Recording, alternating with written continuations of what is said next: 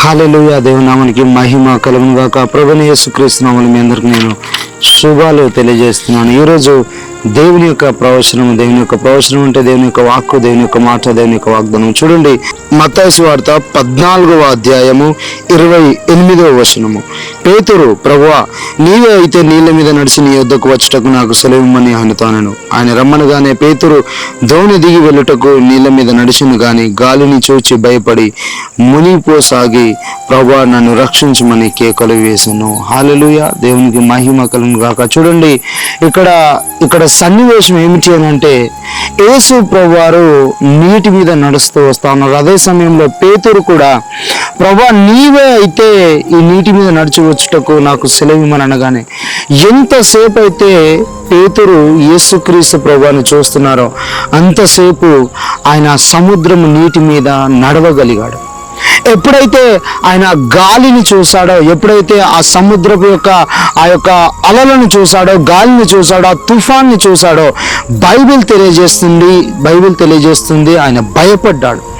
ఎప్పుడైతే ఆయన భయపడ్డాడో ఆయన మునిగిపోసాగాడు. నువ్వెంతకాలము దేవుని వైపు చూస్తావో నీ సమస్య నేనేమి చేయలేదు.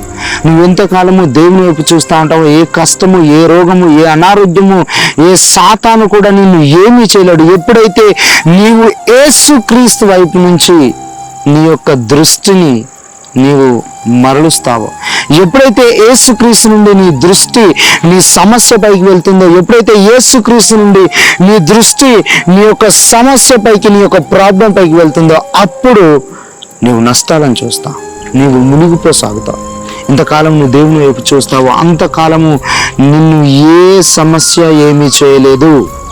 ఎంతకాలం ఆయన వైపు చూసి నడుస్తావో అంతకాలం వరకు దేవుడు తన యొక్క అగ్ని కంచెలను నీ చుట్టూ ఉంచుతాడు. ఎప్పుడైతే నీ చుట్టూ ఉన్న పరిస్థితులను చూస్తావో నీ చుట్టూ ఉన్న పరిస్థితులు నిన్ను ముంచేయడానికి సిద్ధంగా ఉంది. కాబట్టి ఈరోజు నువ్వు ఎలాంటి స్థితిగతిలో కొనసాగుతున్నా సరే దేవుడు ఈరోజు నీతో మాట్లాడుతూ ఉన్నాడు.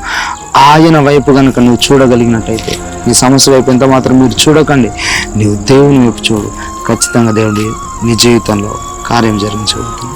God bless you. దేవుడు మిమ్మల్ని దీవించును గాక. Praise the lord.